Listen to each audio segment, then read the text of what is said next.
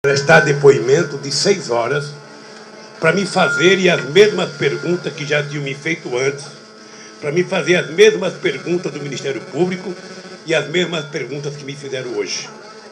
Eu não me recusei a ir a Brasília a prestar depoimento 3 vezes. E eu jamais me recusaria a prestar depoimento aqui. A minha briga com o Ministério Público Estadual era porque o procurador já fez o pré-julgamento. E se ele já tinha pré-julgado, não havia por que eu ir prestar um depoimento no Ministério Público Estadual. Entramos com uma liminar e conseguimos que o juiz, que eu não precisaria prestar depoimento. Mas o Moro não precisaria ter mandado uma coerção da Polícia Federal na minha casa de manhã, na casa dos meus filhos, sabe? Na casa de companheiros como Paulo Camoto, como a Clara Ante, como funcionários do sindicato. Não precisava. Era só ter convidado. Antes dele, nós já éramos democratas. Antes dele, nós já fazíamos as coisas corretas nesse país. Porque enquanto muitos deles não faziam nada, a gente estava lutando para que esse país conquistasse o direito de liberdade de expressão, o direito de uma imprensa livre, o direito de candidatura, de criação de partido político, de direito de greve. Então era só ter comunicado que nós iríamos lá. Lamentavelmente, eles preferiram utilizar a prepotência, a arrogância, num show e num espetáculo de pirotecnia. Porque enquanto os advogados não sabiam nada, alguns meios de comunicação já sabiam. Então, é lamentável. É lamentável que uma parcela do Poder Judiciário brasileiro esteja trabalhando em associação com a imprensa que trabalha em associação com a imprensa. Antigamente, você tinha denúncia de um crime, você ia investigar se existia aquele crime e prender o criminoso. Hoje, a primeira coisa que você faz é determinar quem é o criminoso. Depois que você nominou o criminoso, colocou a cara dele na imprensa, você então vai criar os crimes que ele cometeu. Eu queria falar ao povo brasileiro e falar a vocês via os microfones da imprensa, primeiro para pedir desculpas a Maria e a meus filhos pelos transtornos que eles passaram. Enquanto nenhum desses que foram na minha casa trabalhavam, com 11 anos a Marisa já era empregada doméstica. E eu acho que ela merecia respeito. Segundo,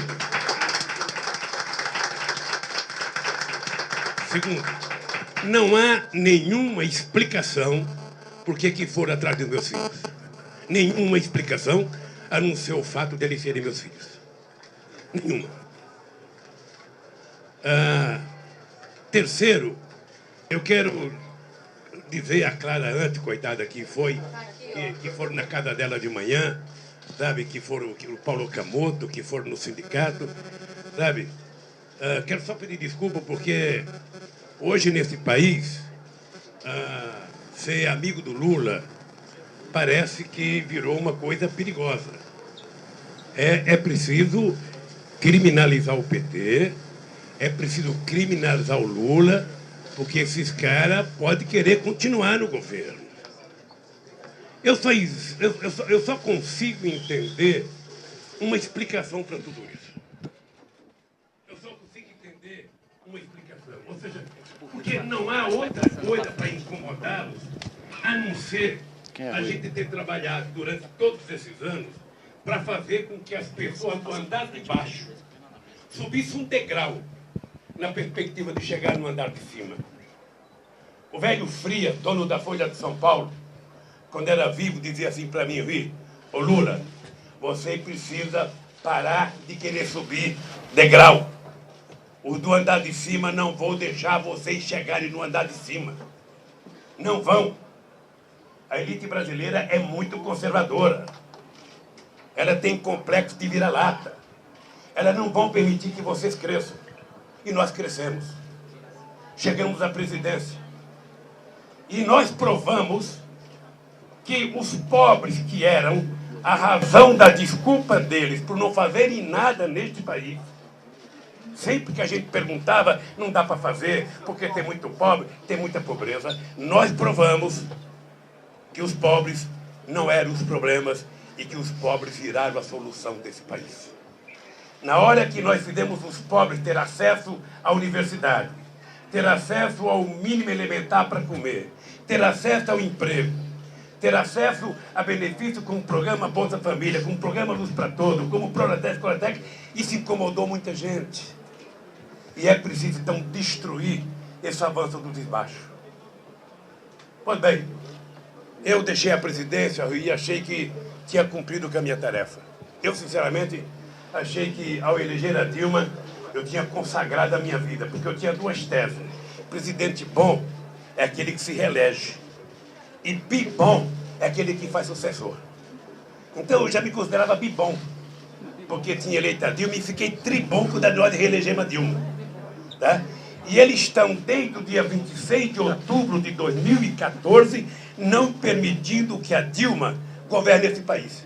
Eu vi um delegado da Polícia Federal dizer um dia desse, quando indicaram o novo ministro da Justiça, que eu nem sei quem é, o delegado dizer, sabe, tentar mudar a ministra agora é tentar mexer com não sei com quem, porque nós precisamos de autonomia funcional e autonomia administrativa.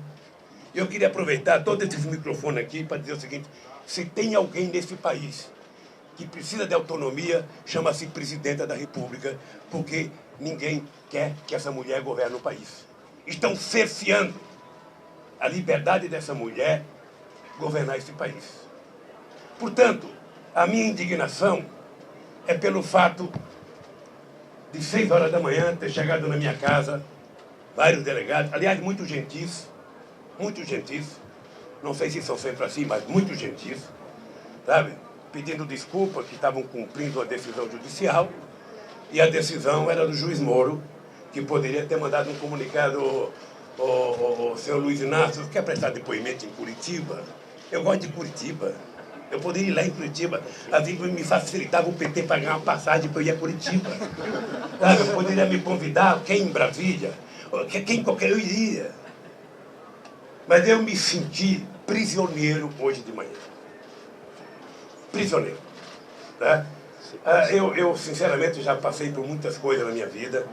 Eu não sou homem de guardar ressentimento e guardar mágoa, mas eu acho que o nosso país não pode continuar assim.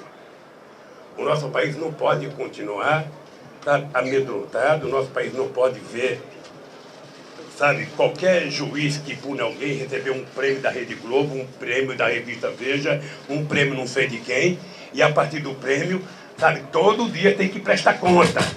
Antes dos advogados saberem, sabe, que o seu cliente vai ser chamado, a imprensa recebe. Eu vou dizer para vocês uma coisa. Eu sou um homem que acredito em instituições de Estado forte. Não sei porquê, mas eu acho que as instituições fortes é a garantia do Estado democrático contra a arrogância, a prepotência dos governantes. E vocês sabem que desde a Constituinte eu briguei para ter um Ministério Público forte. Vocês sabem que eu cheguei na presidência, a primeira coisa que eu fiz foi instituir uma coisa que eu trazia do movimento sindical. Eu vou indicar sempre o primeiro da lista indicado pela corporação, talvez pela minha formação corporativa de sindicato. Tem que ser o primeiro reitor, tem que ser o primeiro procurador, tem que ser... Era tudo o primeiro. Tá? Eu adotei isso no Brasil. E não me arrependo. Mas é importante que os procuradores saibam que uma instituição forte, uma instituição muito forte, tem que ter pessoas muito responsáveis. E o cidadão que fez alguma denúncia contra mim, ele, na verdade, algumas pessoas são cúmplices, uma obedece à orientação da revista Época. Quando nós desmentimos a revista Época, o procurador resolveu fazer o papel da Época e pedir investigação das minhas palestras.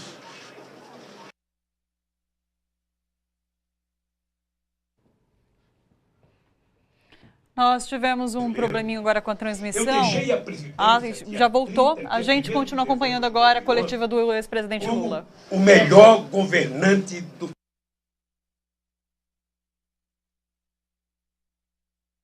mais do.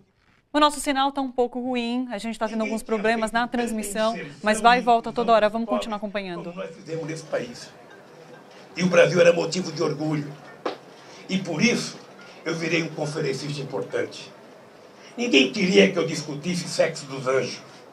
Nem queria que eu discutisse, o cosmos. Ninguém queria nada. O que as pessoas queriam? As pessoas queriam que o Lula falasse das coisas que foi feitas no Brasil. Que milagre vocês fizeram para aprovar as cotas, colocando o negro na universidade?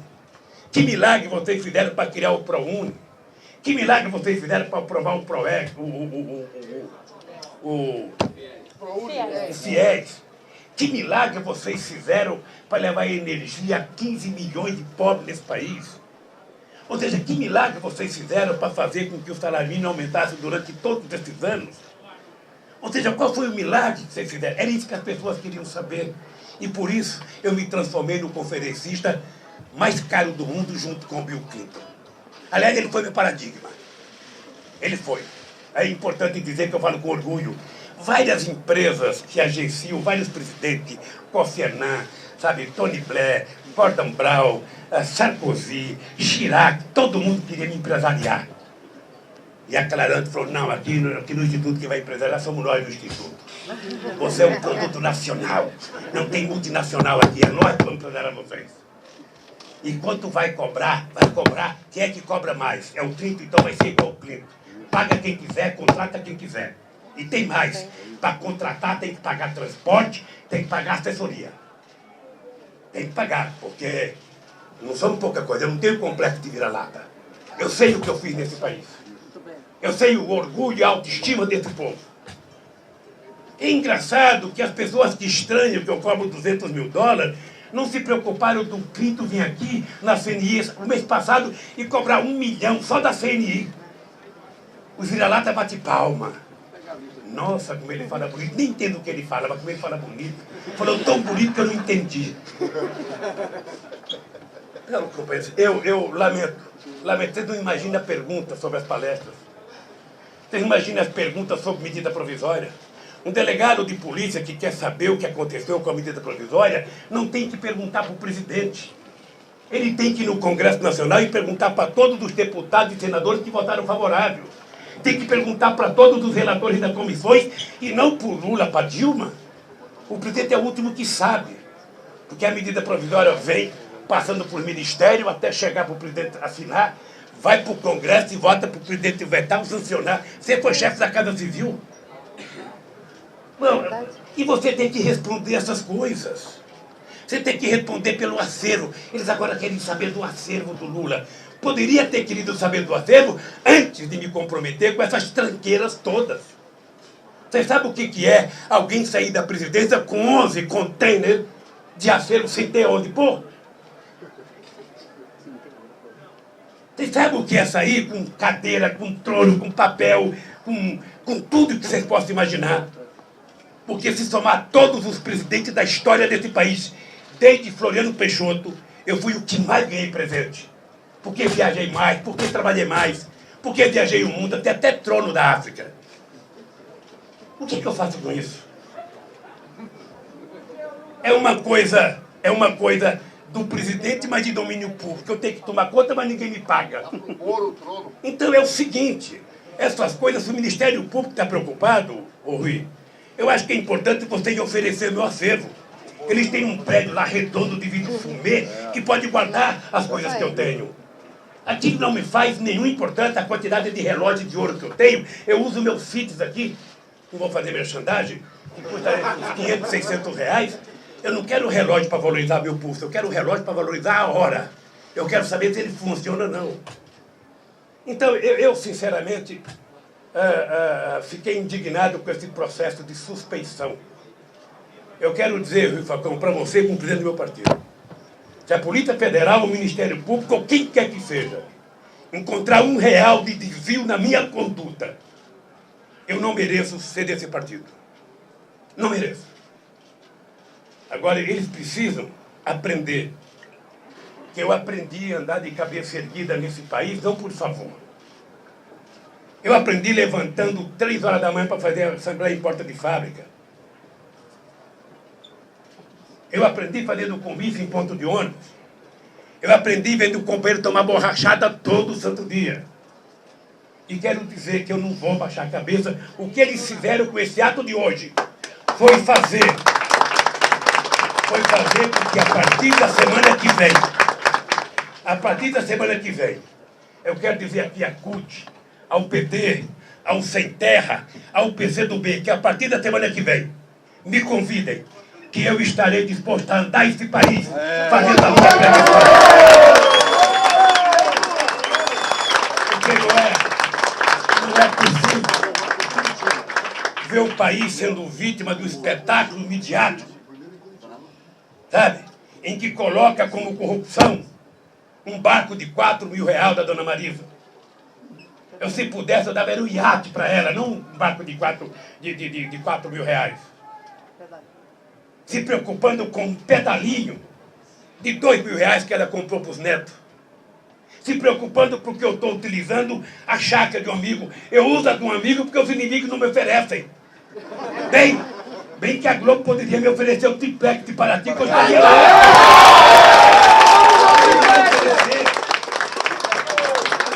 Poderia me oferecer.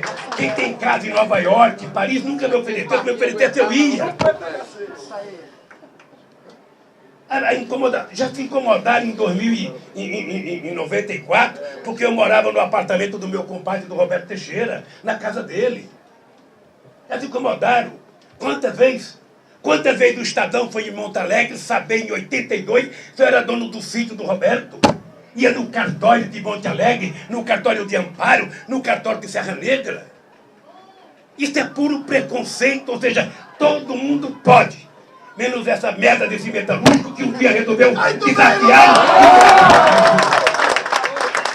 Eles partem do pressuposto que pobre nasceu para comer coxo. E eu aprendi que não. Eu quero comer comida boa. Você não imagina hoje a preocupação com o vinho. Vinho que eu nunca comprei uma garrafa porque ganhei. E vinho que eu não sei diferenciar um miolo gaúcho com o Romanée Conti. Não sei diferenciar porque não faz parte do meu gosto. Meu gosto são outros. Tá mais preocupado. Nossa, e o vinho seu? Quem levou o vinho seu? Tem vinho lá. Eles mesmos que ficam indignados com o meu vinho, quando vão na casa da elite brasileira, fica boquiaberto. Nossa, que adega maravilhosa, que não sei das quantas. Eu gosto tanto de vinho, então estou habituado a vinho, que um dia um companheiro meu chamado Marco Aurélio Garcia me deu uma coisa chamada... Como que é aquele que bota vinho? Decante. A decante. Eu achava maravilhoso falar decante. Aquela coisa decante. Então o Marco Aurélio, tanto eu falar em decante, me deu um decante. Eu cheguei no palácio de noite, a dona Idalinha tinha colocado flores. Ela achou que era um porta-flores. De tanto que eu gosto do decante. Eu não sei como é que eles não perguntaram do meu decante hoje. Então, queridas companheiras e queridos companheiros, eu não estou indignado com um jornalista, não. Eu estou indignado com o comportamento de determinados meios de comunicação. Eu estou indignado com o julgamento precipitado. Hoje quem condena as pessoas são a manchete. Hoje amedronta o Poder Judiciário. Hoje amedronta o Ministério Público. Hoje amedronta a Polícia Federal e amedronta os políticos. Eu tenho dito para meus queridos companheiros do PT, só tem um jeito da gente levantar a cabeça, é a gente não ter medo. É a gente levantar a cabeça e fazer com que eles sejam tratados igual todos nós estamos tratados. Eu, às vezes, vejo 18 minutos sobre a chácara do companheiro Fernando Bittar, filho do Jacob Bittar, meu companheiro de 35 anos, companheiro da fundação do sindicato em 75, não é fundação do PT. Eu conheço o Fernando quando ele tinha 7 anos de idade. Companheiro que passou muitos finais de semana comigo jogando mexe-mexe. Esse companheiro comprou uma chácara na perspectiva de permitir que eu usasse. Eu não posso usar porque é crime, eu estou usando a chácara. Um apartamento que não é meu, eles dizem que é meu. Eu quero saber quem vai me dar o apartamento quando esse processo terminar. Eu quero saber se vai ser a Globo que vai me dar, se vai ser o Ministério Público que vai me dar. Porque não é meu, porque eu não paguei e não comprei. Se eu não comprei e não paguei, não é meu. Então eu quero saber quem vai me dar um apartamento. Alguém vai ter que me dar. E alguém vai ter que me dar a chácara. Eu espero que quando tudo acabar, alguém me dê a chácara. E alguém me dê o apartamento. Aí quando eu pagar, que tiver uma escritura no meu nome, eu vou dizer, é meu. E terei orgulho de ter. Então, companheiros e companheiras, é essa indignação que eu queria falar para vocês. Estou indignado pelo que fizeram com a minha família. Estou indignado pelo que fizeram com meus companheiros do Instituto e do PT. Estamos preocupados porque o Lula foi contratado para fazer palestra, sabe, por as empresas. Essas empresas, antes da Petrobras, trabalham em muitas outras atividades. Essas empresas não trabalham só para a Petrobras. Essas empresas não estão apenas comprometidas com o Lava Jato. Essas empresas chegaram a ter 180 mil trabalhadores, 80 mil trabalhadores, 90 mil trabalhadores. E agora qualquer centavo é do pré-sal. Vocês já se deram conta que o salário de muita da justiça vem dos impostos que essas empresas que trabalham para a Petrobras pagaram? Já deram conta? Então, companheiro Rui Falcão, eu queria dizer uma coisa para você. Embora eu esteja intimamente magoado, que eu acho que eu merecia um pouco mais de respeito nesse país. Embora eu esteja indignado e magoado, eu quero que eles saibam que eu escapei de morrer de fome antes de 5 anos de idade. Naquela terra que eu nasci, uma criança escapar de morrer é um milagre. Esse milagre aconteceu comigo. Aconteceu o segundo milagre na minha vida. Eu tive um diploma de torneiro mecânico. Aconteceu o terceiro milagre comigo. Eu adquiri consciência política e criei um partido. Ajudei a fundar uma central de trabalhadores. Aconteceu o quarto milagre comigo. Eu e meus companheiros, muitos dos quais de vocês, me levaram à presidência da República. Aconteceu o quinto milagre comigo. Eu fui melhor do que todos eles que governaram o país. Eu fui melhor que todo cientista político, que todos os fazendeiros, que todos os advogados, que todos os médicos que governaram esse país. Eu provei que o povo humilde desse país pode andar de cabeça erguida. Que o povo humilde desse país pode comer carne de primeira. Que o povo humilde desse país pode ter dente para sorrir e comer um pedaço de amendoim. Vocês não sabem, muita gente não sabe o que é isso. Eu tinha um companheiro em Pernambuco que não tinha dente. E uma vez numa reunião lá no palácio, no meu gabinete, tinha castanha para a gente comer, e ele não colocou a castanha na boca, e eu falei, companheiro, por que você... Era daquele movimento do Bruno Maranhão, como é que chamava? Movimento dos Trabalhadores. Era uma corrente que divergia dos companheiros do CETES. MLST. Aí eu falei, companheiro, você não vai comer a castanha? Não, eu não posso, presidente, eu não posso mastigar, fico só chupando a castanha. Eu falei, mas lá na tua cidade não tem Brasil Sorridente? Aí eu não sei.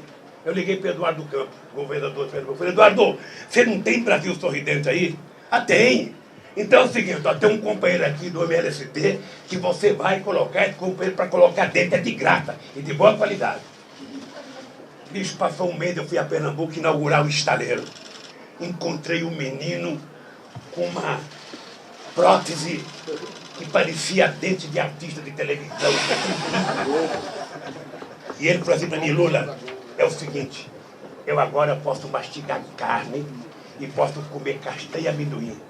Agora só falta você me dar um carrinho velho para me andar por aqui. Sabe, essas coisas que aconteceram no Brasil talvez incomodem muita gente. Então eu quero dizer para vocês o seguinte. Eu, embora esteja magoado, eu acho que o que aconteceu hoje era o que precisava acontecer. O PT levantar a cabeça. Há muito tempo que o PT está de cabeça baixa. Há muito tempo que todo santo dia alguém faz o PT sangrar. Não precisa prova, é só dizer. Então eu acho que agora é o seguinte, nós vamos ao seguinte, a partir da semana que vem, quem quiser um discursinho do Lula, é só acertar. Passagem de avião, não vai de ônibus que demora muito. Passagem de avião, que eu estou disposto a andar nesse país. Não sei, Rui, se serei candidato em 2018, não sei. A natureza às vezes é implacável com a gente que ultrapassa 70. Mas como a ciência também avançou, a ciência avançou. Se Deus E essas saúde. coisas todas que eu faço aumenta a minha tesão de participar das coisas nesse país. Eu descobri agora que nem tudo está acabado como eu pensei que estava tudo pronto. Então, é preciso recomeçar.